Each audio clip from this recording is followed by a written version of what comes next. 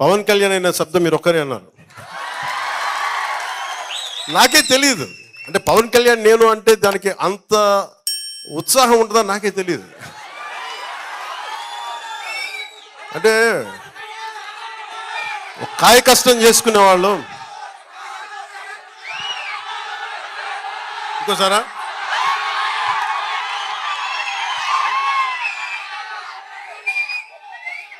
Okay sir, కొంచెం దీన్ని మార్చుకోండి. పవన్ కళ్యాణ్ అనే నేను పిఠాపురం అభివృద్ధికి, అభ్యున్నతికి నిరంతరం ఆఖరి శ్వాస వరకు పని చేస్తానని దైవ సాక్షిగా ప్రమాణం చేస్తున్నాను.